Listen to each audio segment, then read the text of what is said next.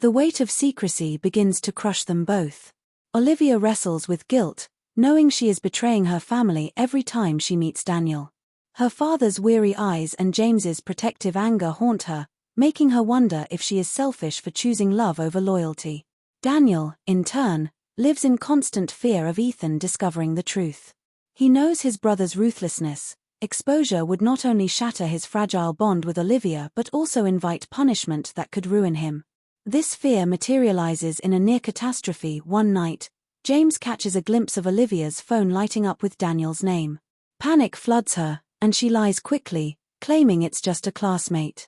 The lie strains her relationship with James, leaving cracks in the trust that has always bound the siblings together. For Olivia, this moment is devastating, her first real betrayal of her brother in favor of Daniel. The stakes escalate, no longer confined to whispered love but spilling into the fragile fabric of family trust. Each character stands on a knife's edge, aware that the double life they lead cannot last. The rising tension and emotional conflict propel the story toward inevitable explosion, making it clear that secrecy and passion cannot coexist with loyalty and family pride forever. The secret can only stay hidden for so long. The breaking point comes on a night when Olivia and Daniel, unable to resist the pull of each other, steal away to a secluded spot on the edge of town. Under the glow of street lamps or the cover of trees, they finally let themselves be free, lost in each other's arms. But the fragile peace shatters when James appears, fury etched into every line of his face. He doesn't just see his sister in an embrace, he sees betrayal, weakness, and the Carter honor being trampled by the very name he despises. Without hesitation, James lunges at Daniel, fists flying with a rage born of years of resentment. Daniel, caught off guard, barely manages to defend himself, and the violence quickly spirals. Olivia's screams pierce the night as she throws herself between them, begging her brother to stop. Her voice trembles with desperation as she cries out not only for Daniel's safety but for James to finally see her as more than a child under his protection. The confrontation is raw, primal, brother versus forbidden lover, loyalty versus longing. And just when it feels unbearable, Ethan arrives, his fury igniting like gasoline poured on fire. He sides instantly with James, his rage echoing the generational hatred that has poisoned both families. The scene becomes chaos, the fragile secret love laid bare in the most brutal way possible. As the shouting escalates, accusations flying like daggers, the confrontation spirals into something larger than the four of them. In the heat of it all, Olivia's father, drawn by the noise, arrives and throws down the truth he has carried for years. With a voice shaking but firm, he reveals that his downfall wasn't merely Ethan's cruelty, it was orchestrated by the Morgan parents themselves. They had planted the lies, twisting the narrative to protect Ethan's pristine reputation, sacrificing an innocent man to preserve their family's power. The revelation drops like a bomb, silencing the chaos in one devastating beat. Olivia reels, her heart lurching as the weight of betrayal grows heavier than she ever imagined. Ethan's smug mask falters, Daniel's face drains of color, and James seethes, his hatred finding new fuel in the revelation. For Olivia, it is confirmation of her deepest fears. Her family wasn't just collateral damage, they were deliberately destroyed. The Carter-Morgan feud suddenly takes on a darker, more sinister shape, not just rivalry, but calculated destruction. In this moment, the feud is no longer abstract history, it becomes painfully, personally undeniable. The revelation cuts deepest into Daniel, who realizes with horror that the people he has tried so hard to please, his parents, his legacy, his very name, are responsible for ruining Olivia's family. His love for her, once his safe rebellion, now feels poisoned by the bloodline he carries. Shaken, guilty, and furious, he confronts his own helplessness. He didn't commit the betrayal, but he represents it every time he carries the Morgan name. Olivia, caught between her heart and the truth, finally breaks. Tears in her voice, she whispers words that cleave the fragile bond they've built. You may not be like them, but you carry their name. It is not rejection of Daniel the person, but of the impossibility of their love surviving such a wound. Daniel feels the ground vanish beneath him, torn between his love for Olivia and the shame of a legacy he cannot escape. Olivia, equally shattered, sees her dream of freedom turn to ash, replaced by the brutal reality of generational betrayal. The climax delivers its emotional payoff in full. The forbidden romance collides with truth, loyalty, and legacy, leaving the lovers torn apart not by their own choices, but by the sins of those who came before them. The night of the revelation leaves scorched earth in its wake. Olivia, torn apart by the truth and the violence it unleashed, makes the agonizing decision to cut Daniel out of her life. Her choice isn't born of lack of love, but of necessity. She cannot reconcile the pain of her father's betrayal with the tenderness she feels for Morgan. With her heart fractured, she redirects her energy inward, choosing her family, even as the weight of that loyalty threatens to bury her. Daniel, meanwhile, experiences his own breaking point. 4 years, he has lived in silence under his parents' control, enduring Ethan's dominance. But the knowledge that his family destroyed Olivia's is unbearable, a truth that forces him to confront the poisonous legacy he has tried so hard to escape. For the first time, he refuses to obey. In a dramatic act of rebellion, Daniel walks out of the Morgan household, leaving behind the expectations and the suffocating shadow of Ethan. Both Olivia and Daniel, though separated, are propelled into transformation by the fallout. The love that once united them now becomes the catalyst for change, painful, but necessary. In the months that follow, Olivia begins to carve out a life defined not by resentment, nor by her family's feud, but by her own choices. She pours herself into college, pursuing her education with a new determination. For the first time, she begins to dream not just of surviving but of thriving, of building a future unchained from the bitterness of the past.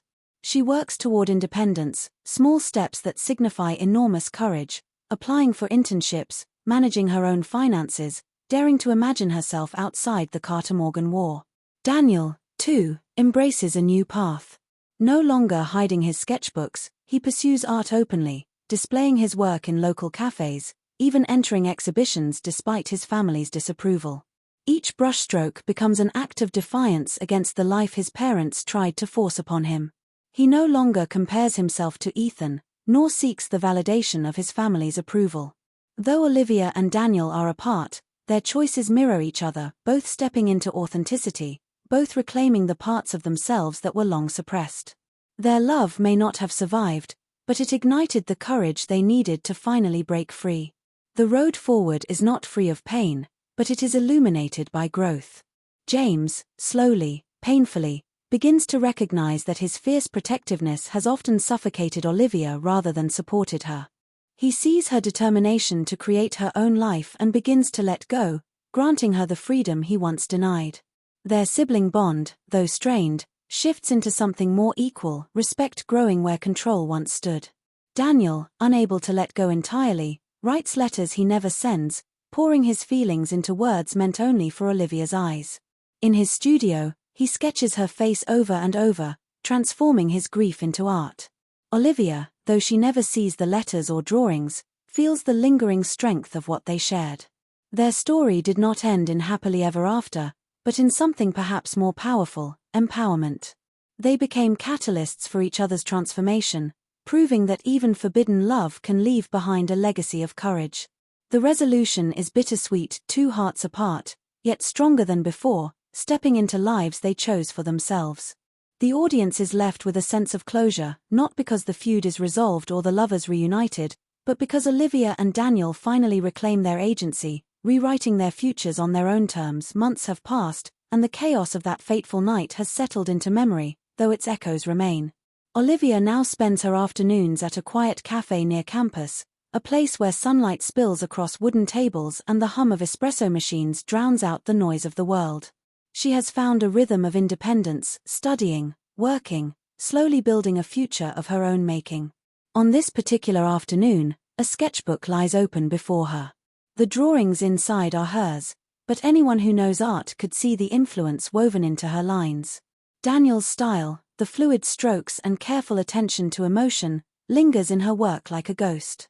She doesn't sketch him directly, not anymore, but she can't help that he exists in the way her hand moves, in the way her pencil presses deeper when she draws eyes or smiles. Though their love ended, he remains a quiet inspiration, a reminder of who she became when she chose to reach beyond her family's war. Sitting there, Olivia feels a faint ache in her chest, not of regret, but of memory. Daniel changed her, and though he is gone, She carries pieces of him in her art, in her freedom, in the life she is now choosing to build. Far away, Daniel has made his own leap. He left town, leaving behind the suffocating expectations of his parents and Ethan's shadow, choosing instead to pursue an art fellowship in a distant city. For the first time, he breathes freely, unbound by his family's war, creating not for their approval but for his own truth. Yet even as he steps into this new chapter, his thoughts wander to Olivia, the girl who defied her world and, in doing so, gave him the courage to defy his. Before leaving, Daniel sits at his desk one final time, sketching with careful, deliberate strokes.